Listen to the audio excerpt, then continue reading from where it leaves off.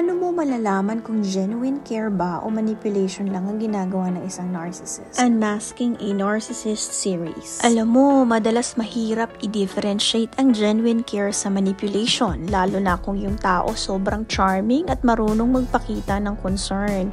Pero may mga clear signs para ma-spot natin kung alin ang totoo.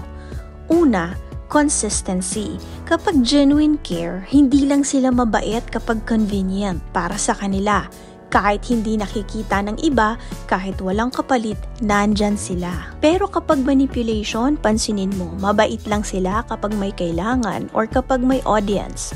Once na nakuha na nila yung gusto nila, biglang nagbabago ang ugali. Pangalawa, boundaries.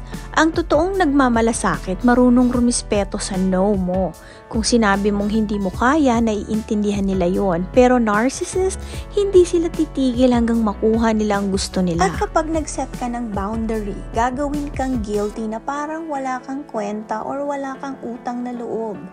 Pangatlo, strings attached.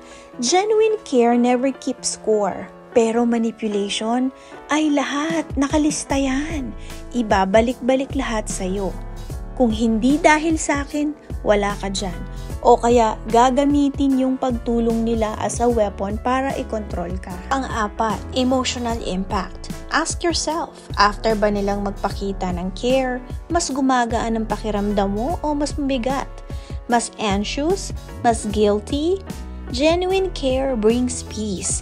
Manipulation steals your peace. At eto pa, focus.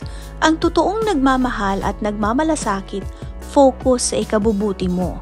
Ang narcissist, kahit gaano pa kaganda ang gesture, laging nakasentro sa kanila. Paano sila titinggalain, paano sila makikinabang, at paano sila magmumukhang superhero. So, paano mo malalaman kung genuine care or manipulation? Simple lang. Care empowers you. Manipulation chains you. Kapag mas napapabuti ka, mas free ka. That's real love and care. Pero kapag mas na-trap ka at na-gaslight ka, well, that's manipulation. If you like this kind of content, follow for more.